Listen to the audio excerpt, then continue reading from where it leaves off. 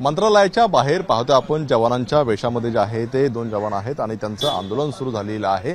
कुठेतरी आपण पाहतोय की सहकुटुंब आलेले आहेत आणि त्यांनी मंत्रालयाच्या बाहेर हे आंदोलन केलेलं आहे। आपल्या सोबत आहेत काय नेमकी तुमची मागणी आहे, कुठून तुम्ही आलात आणि काय म्हणायचं नेमकं? नमस्कार सर, मी चंदू चव्हाण दर्ग हे तिकडून धरून ठेव।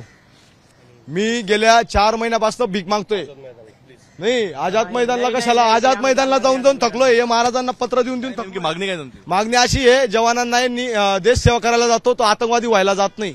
आतापर्यंत 15 लाखाच्या वर जवान आहे ज्यांना देशभरातून फौजमधून काढलेलं आहे। अधिकारी म्हणतात डिसिप्लिनच्या नावाने घरी पाठवता। आमची मागणी की व्हिडिओ ऑडिओग्राफी व्हायला पाहिजे, तेव्हा जवानांना पनिशमेंट दिली पाहिजे, जेणेकरून चुकीची पनिशमेंट देणार नाही। माझ्यापाशी असे लोक आहेत ज्यांचा परिवार उद्ध्वस्त झाला, त्यांनी परिवारामध्ये सुसाईड करून घेतली, यांना 7 वर्षात 12 वर्षात काढून टाकता। हा मोठा स्कॅम मी बाहेर काढतो यांचा।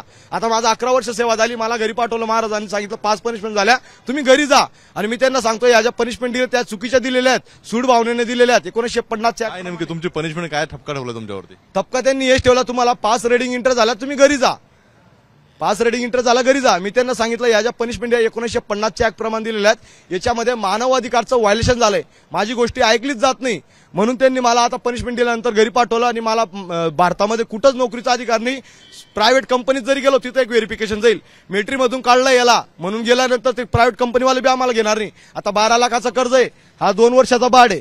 तुमच्यावरती काहीतरी आरोप ठेवला असं ना, काय नेमका हा आरोप आहे, काय तुम्ही सांगितलं ना तुम्हाला 5 पनिशमेंट, म्हणजे मिलिटरीमध्ये मला 5 पनिशमेंट दिल्या सैन्य महाशयांनी। कशामुळे दिली? कशामुळे? मी पाकिस्तानात गेलो त्याच्यामुळे बी दिली होती मला, की बाबा तू दुश्मन देशामध्ये घुसला आणि त्यांना 2 लोकांना मारले। मग भारत सरकारने सांगावं सर्जिकल स्ट्राईक कसं काय झालं। मला पीओडब्ल्यू केलंय पॉर्टरमध्ये, पीओडब्ल्यू म्हणजे जंगमध्ये पकडलेला कैदी, युद्धबंदी।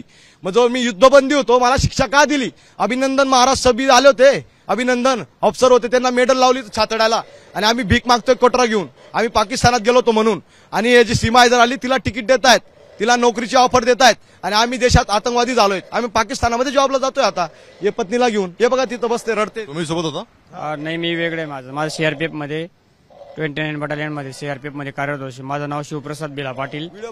2003 साली मी भरती झालो आणि 2007 मध्ये मला रिमूव्ह केले गेलेले आहे। मला बी अशा ऑफिसरांनी टॉर्चर करून कुठल्या ना कुठल्या अशा थोड्या वेळात वेगवेगळ्या कारणांनी मला रिमूव्ह फ्रॉम सर्व्हिस केलेले। मी 2007 पासून आजपर्यंत डीआयजी अपील केली, आयजी अपील केली, त्याचा काहीच निर्णय लागलेला नाहीये।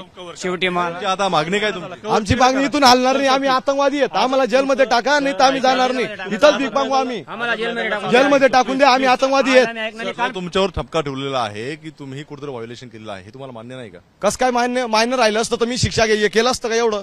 मला जर चुकीच्या शिक्षा देतात सूड भावनेच्या पद्धतीने, 12 वर्ष 10 वर्षात तुम्ही फौजमधून काढून टाकतात, किती जवानांचं आहे? मी 10-15 दिवसापासून भीक मागतोय, 4 महिन्यापासून भीक मागतोय, कोणी ऐकायला? कोणी दिली चुकीची शिक्षा तुम्हाला?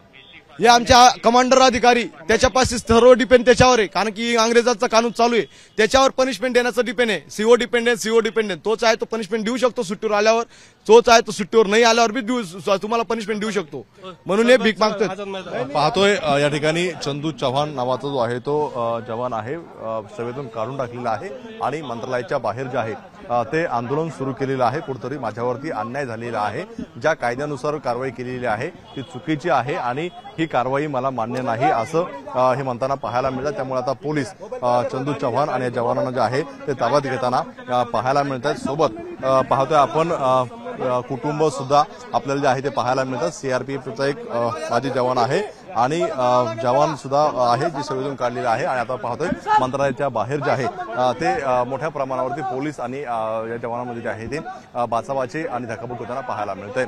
कॅमेरामन कृष्णा खापरे, सरासुरने एबीपी माझा, मुंबई।